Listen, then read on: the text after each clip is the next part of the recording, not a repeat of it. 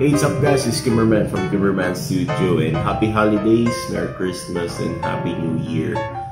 So this recording, today is December 31, 2024, huling araw ng 2024. So, how I will spend the holiday. So, paano ko in-spend yung holiday ko as temporarily retired nurse.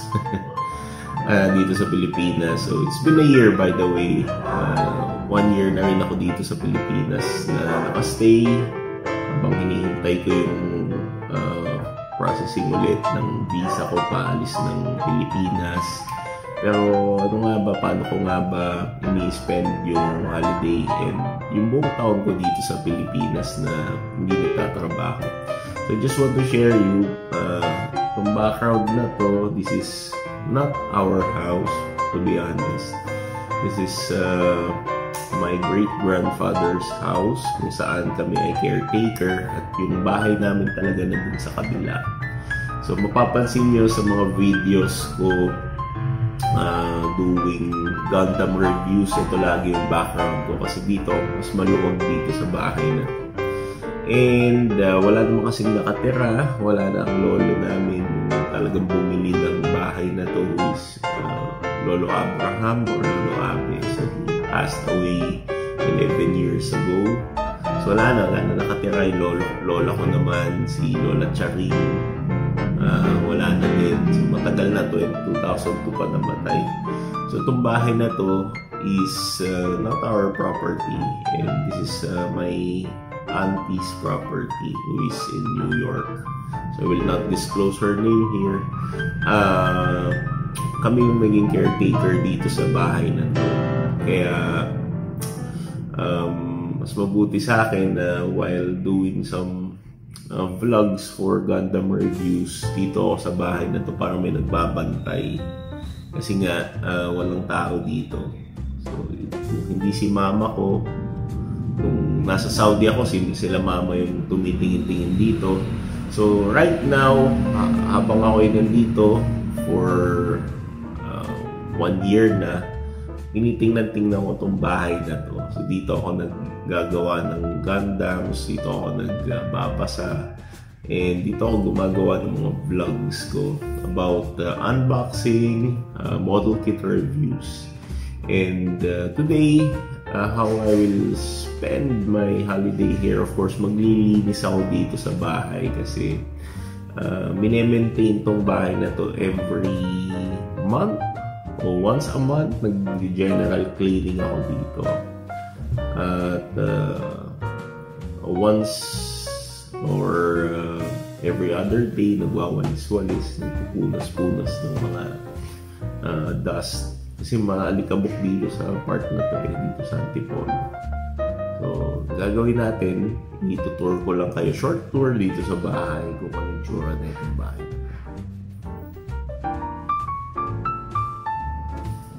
Lumipat kami dito sa Antipolo way back April 1998. Kaya magta-27 years na rin kami as of recording. At nung ginagawa pa yung bahay namin sa kabila, dito muna kami kay Lolo Abe tumira dito sa bahay na to.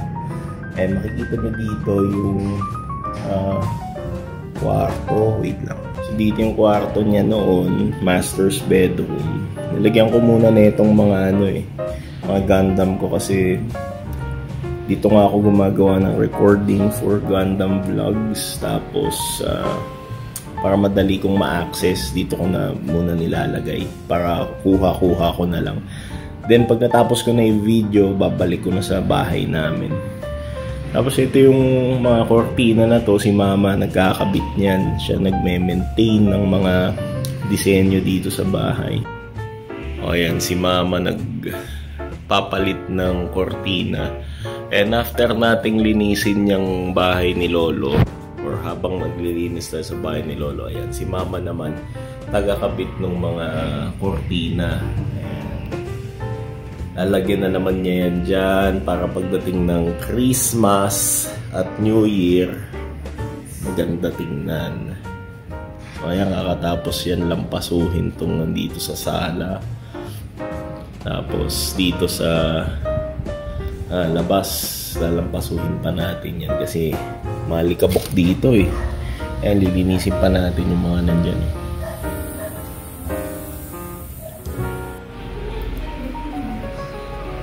Ginagawa ma? Tupi. Nang? Ito ba yung kinabit mo ma? Uy, ang galing oh. Ano pa yung mga nakakabit yan? Ito kakakabit lang ni mama oh.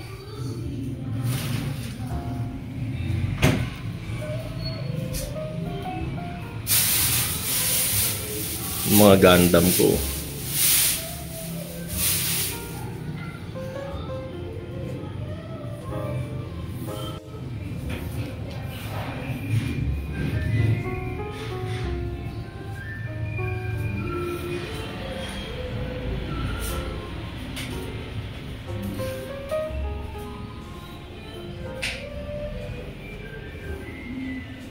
Ako naman yung cleanliness. So, pag mga walis-walis, punos-punos ng alikabok, ako gumagawa lahat niyan. Yung mga pagmamap. Ito noon, yung kama na to, kama ni Lola to, nakalagay to dun sa bedroom na yun, no? Bedroom yung dati. Ngayon, bodega na siya. Doon na nakalagay yung ibang mga necessary things. So, dating kwarto yan. Diyan din yung kwarto namin before, nung ginagawa pa yung bahay noon sa kabila. So, diyan kami natutulog dati. Itong kama na to, nilipat na dito kasi nawala na yung yung malaking kama noon, dinisassemble na. Pero dati dalawang kama meron dyan. Dito sa malaki, si Lolo natutulog. Tapos dito may maliit, ako naman yung natutulog. Ako yung nagbabantay sa kanya. Pero since namatay si Lolo, inano na siya, binago na yung ayos ng bahay, ginawa na lang one bed ito. Tapos yung ibang mga kagamitan na to, nilagay na dyan sa gilid. So, ang tagal na ng mga gamit na yan. Actually, maliit pa ako, nakikita ko na itong mga gamit na to. Antigo na to eh. Hindi pa yata ako pinapanganak. Ito na yung dresser table ni Lolo. Ayan, ang tagal na niyan, sobra. Ayan o, yun ako, kitang-kita ko. Tagal na siya. Tapos yan, temporarily, nilagay ko muna ulit dyan yung ibang Gundam para madali na lang yung yung pag-pick up ko ng mga Gundam na i-video ko. Then ibabalik ko din sa bahay namin. Tapos ayan yung altar ni Lolo, ni Lola. Yan. Tapos dito naman sa sala, ay mga kagamitan na yan, tagal na yan, nasa Agoo pa kami. Ay, sila pala. Kumbaga, mga na yan, antigong kagamitan sa La Union. Dinala nila Lolo dito para gawin niyang sala set. So, yan na nga yung sala set dito.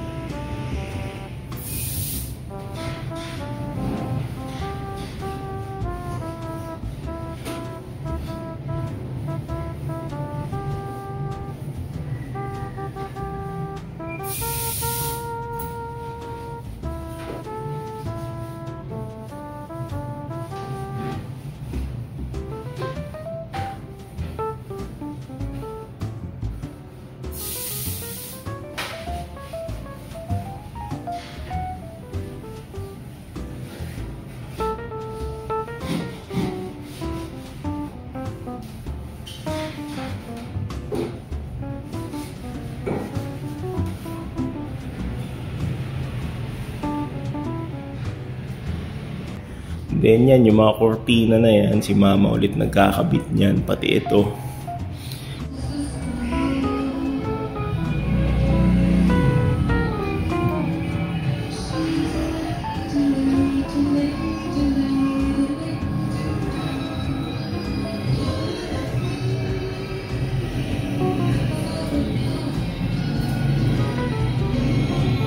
sa sala, ayan, nililinis ko yung mga yan, pinupunasan ko as a maintenance para laging malinis sa bahay na to.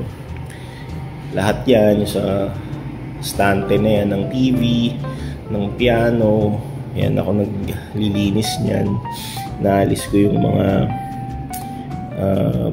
tawag dito, inuurong-urong ko yan. Minsan kung hindi ako si tatay, nung wala ako dito, nasa Saudi pa ako, si tatay naman na naglilinis. Medyo maingay dito, marami motorsiklo kasi sa lugar namin. Kasi ito yung round table, matagal na to, nasa Roses pa kami nito Roses Avenue, Quezon City. Nung una naming, saan ako pinanganak, saan ako unang tumira. Bago kami umalis dun noong 1998, ayan, lamesa na to dun sa Roses noon. Ayan, yung mga ibang gamit dyan kay Lola pa yan mga figurines ni Lola, mga tasa, baso, ganun. Mahilig makolekta si Lola niya nung araw. Tapos ito na lang yung ibang natirang mga plato dito para kung may bisita, yan yung gagamiting plato, tapos lilinisin na lang muna. Ito yung radyo, tagal ng radyo to, ancient radyo na to radyo pa ni Lolo Abe. So ako na lang yung nagpapatugtog dyan minsan, pag naglilinis ako pinapatugtog ko yan. As always, ito dati lababo. Dito yung clean kitchen noon. Pero inalis na yung connection ng faucet. Kasi nga, hindi naman na pwedeng gamitin yung na ito, lababo na to. So, ginawa na lang tong parang counter. And then, ito nilagay ko muna dyan yung mga malalaki kong Gundam. Hindi ko alam kung saan ko pa ilalagay itong mga to So, temporarily dito lang muna. Then itong electric fan na to, napaka-ancient na to nito. Ang tagal na nito, mas matanda pa sa akin to. Nung nasa Agoo kami, nung bakasyon kami ng Agoo, nakikita ko to nililinis pa nung kapatid ni Lolo Abe, si Lolo Pering. Nililinis pa niya yan noon. So ang liit ko pa nung kindergarten pa ako noon. Pero ngayon, hanggang ngayon, electric fan pa rin yan. Gumagana pa rin yan, Ayan, ginagamit ko yan kapag gumagawa ako ng Gundam dito, pinapa-andar ko to. Tsaka pag naglilinis ako dito or dito ako nag-stay, pinapa-andar namin. Tapos yun, yung radyo ni Lolo, yung antigong radyo na yun. Magana pa yun. Tapos dito yung banyo. Ayan. Medyo memorable yung banyo na yan kasi dyan nag-heart attack si Lolo noon. Tapos dito ako nag-CPR sa spot na to. Pero wala namatay na talaga si Lolo. Sabi nga ng doktor that time, pag naka-experience siya ng heart attack, talagang na yun, dire-diretso na kasi meron na siyang tanning about dun before. Basta long story, dyan namatay si Lolo noon. Pero actually, wala namang dito. Wala nagpaparamdam dito. Maski si Lola. Hindi ako nakakaramdam ng mga ghostly presence sa bahay na to. Kasi, for me, bahay ng may pagmamahal. Nandito yung pagmamahal ng bawat pamilya. Tapos yung gumawa itong bahay na to is a pastor. So, habang ginagawa to, nagkakantahan sila ng mga kanta ng Panginoon, yung pang praises for the Lord. So wala, naitabo yung mga evil spirits sa bahay na to. So walang any presence ng mga kung nung entities dito. Tsaka takot sila sa akin, to be honest. Kasi ako godly fearing person ako, so takot yung mga yan sa akin. And ayan, yung dati electric fan niya na malaki, ceiling fan, ngayon naging ganyan na siya. Ganda nga ginawa nilang nila mama, ginawa nilang ilaw, di ba? Stigo.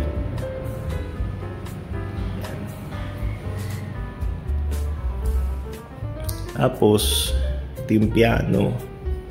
Yung piano naman na yan, kay tita yung may-ari ngayon ng bahay. Tapos ginagamit ko yan before nung grade 5 ako. Nag-piano lessons ako pero hindi na ako masyadong magaling din mag-piano ngayon. Nalimutan ko na yung mga inaaral ko nung araw.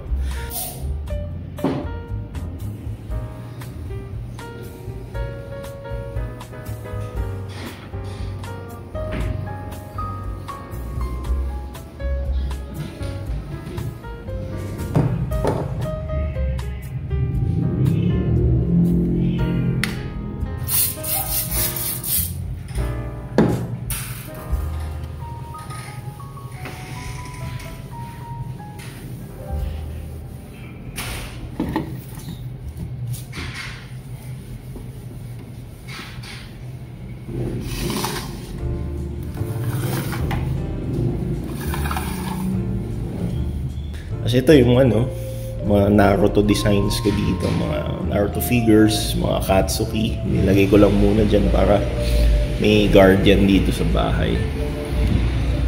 Dito sa labas, kaya parang maingay lagi dito kasi nga yung mga sasakyan malapit dito sa kalsada. So nandito yung sasakyan namin, yung binili kong sasakyan for tatay, Toyota Race. Ayan. Dito muna nakapark. At yung Light Ace, pinark muna dun sa sa harap ng bahay namin. Tapos dito yan may water faucet dyan para kung gusto mo maglinis, magdilig, magagawa mo. And dati naalala ko dito may kolumpyo pa si Lolo dyan eh, yung rocking chair. Andyan si Lolo dati. Ito yung favorite spot niya habang nagbabasa siya ng dyaryo. Tapos umiinom ng beer. Pero wala na yung kolumpyo niya, binenta na. Or binamigay na yata pala. Kasi may dalawang upuan lang dyan. Pero wala lang, gusto mo lang umupo dyan. Kaso dumi. Dinising ko pa yan. Yan yung mga garden, mini garden. Mga tanim nila mama, ni tatay. Yan. Yan, may mga mini garden lang dyan sa labas. Tapos, ayun lang, simple lang. Kaso maingay, ang dami ng sasakyan sa labas. Maingay na dito eh. So yung room na to, hindi ko nabubuksan kasi yan. Nandiyan yung mga old stuff. Tapos, ibang mga hindi na ginagamit na gamit. So parang bodega siya. Pero malinis yan, nililinis ko yan eh. Then, dito banda yung dirty kitchen. Yan. Tapos dun yung papunta naman sa amin. So, yan yung Sodrox yung sahig para bacteria free. Siyempre, detergent para bubula ito na sahig.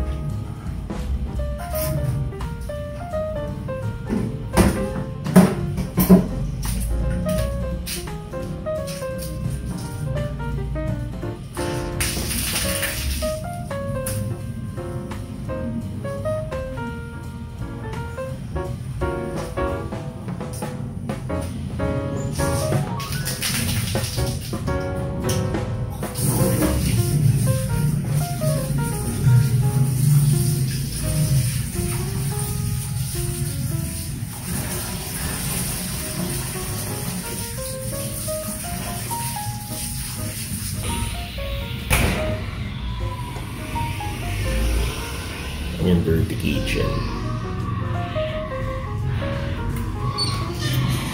Okay na ba? Yan.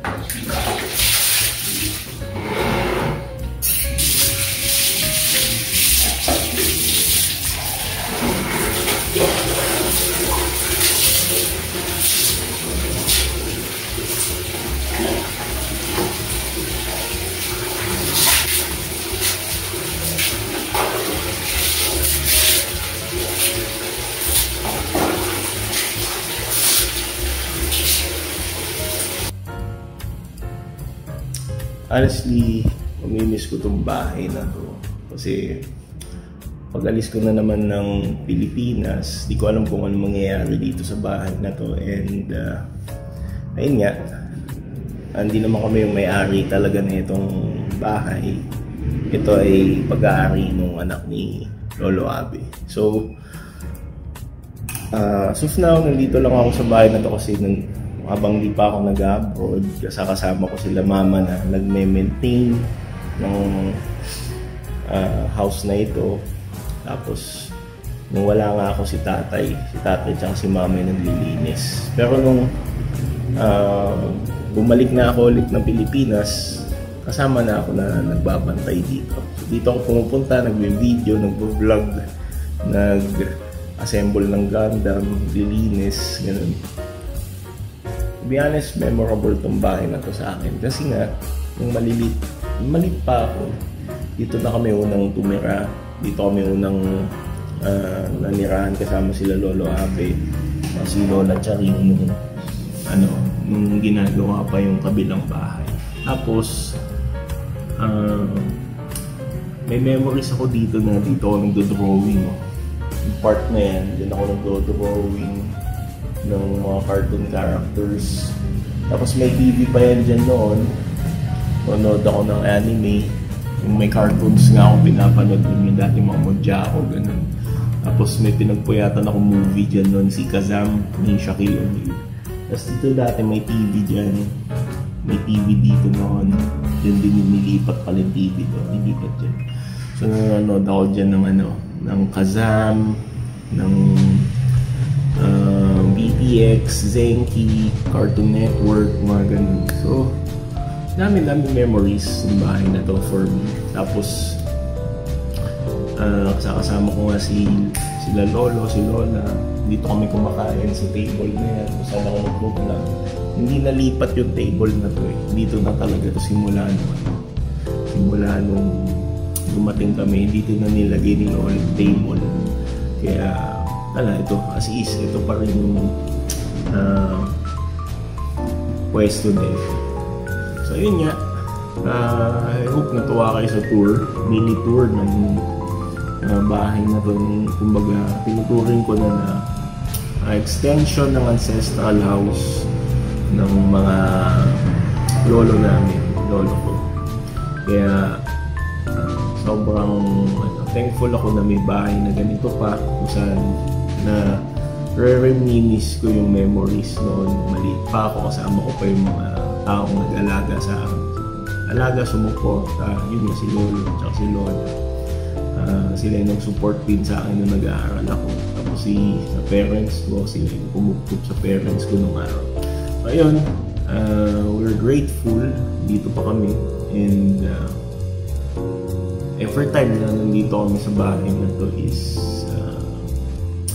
nare-reminis ko yung panahon na nandito pa sila. So sarap ng feeling. Parang feels like home with them. Ayun nga, 2025 is coming. Yeah, Happy New Year to from Timmerman here in Antipolo City. Bye-bye!